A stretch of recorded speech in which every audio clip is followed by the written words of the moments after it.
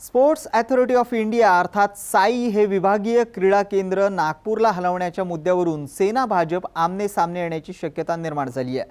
मराठवाड्यासाठी महत्त्वाचं असलेलं हे केंद्र नागपूरला हलवून महाराष्ट्राची फाळणी करू पाहत असल्याचा आरोप चंद्रकांत खैरे यांनी केला आहे।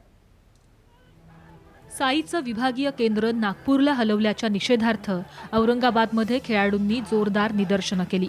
महत्त्वाचं असलेलं केंद्र नागपूरला हलवलं जात असल्यानं शिवसेनाही आक्रमक झाली आहे। असं केंद्र नागपूरला स्थलांतरित करून राज्याची फाळणी करण्याचा प्रयत्न केला जात असल्याचा आरोप शिवसेना खासदार चंद्रकांत खैरेंनी केलाय।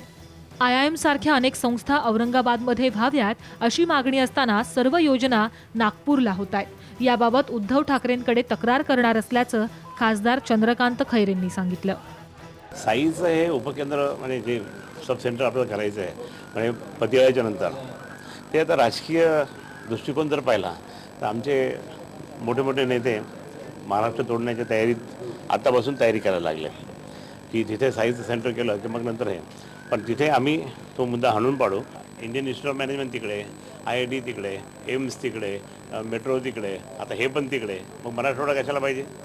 आणि मग महाराष्ट्रातून जर समजा महाराष्ट्र तुकडे करायचे असेल तर संयुक्त महाराष्ट्र झालेला 105 हुतात्मे झालेले आहे। माननीय उद्धवजी ठाकरे जे म्हणतात ते बरोबर, आम्ही उद्धवजी ठाकरेंच्या साहेबांच्या कानावर टाकणार आहे आणि शेवटी आम्हाला जे करायचं ते करून दाखवू आम्ही। साई क्रीडा केंद्र औरंगाबादमध्ये झाल्यास मराठवाड्यातील खेळाडूंना चालना मिळू शकेल। या केंद्रामुळे आंतरराष्ट्रीय सामने औरंगाबादमध्ये घेणं शक्य होईल। मराठवाड्यावर नेहमीच अन्याय होत आलेला आहे।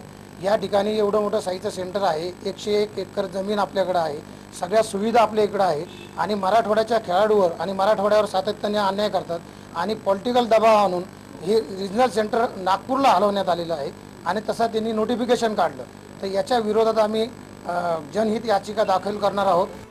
औरंगाबादला होणारं विभागीय क्रीडा केंद्र नागपूरला हलवणार असल्यानं आता पुन्हा एकदा सेना भाजप आमने सामने येणार अशी शक्यता निर्माण झाली आहे। मुख्यमंत्री आणि वरिष्ठ नेत्यांना हा विषय सांगू आणि मराठवाड्यात रिजनल सेंटर येईल यासाठी भाजप प्रयत्न करेल, पण जो काही निर्णय होईल हा मेरिटवर निर्णय होईल असं मला वाटतं।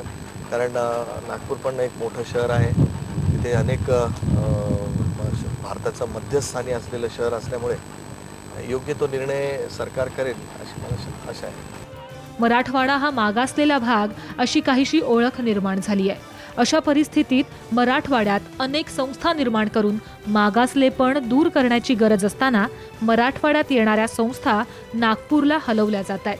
त्यामुळे भाजप सरकार मराठवाड्यावर अन्याय करत असल्याची चर्चा सुरू झाली आहे। मिलिंद वानखेडेसह ब्युरो रिपोर्ट, साम टीव्ही, औरंगाबाद।